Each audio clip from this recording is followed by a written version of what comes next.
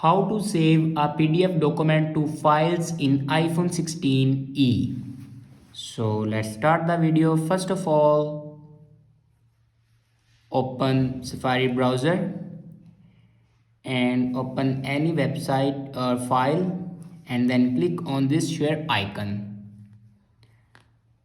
Now click on print. On top you can see the again share icon. Now click on this share icon and then click on save to files. Now here you can select a location where you want to save and then create a new folder and rename it and then click on done and click on save. Now go back to your home screen and open files and then open on my phone and then open a folder, and here you can see my PDF document.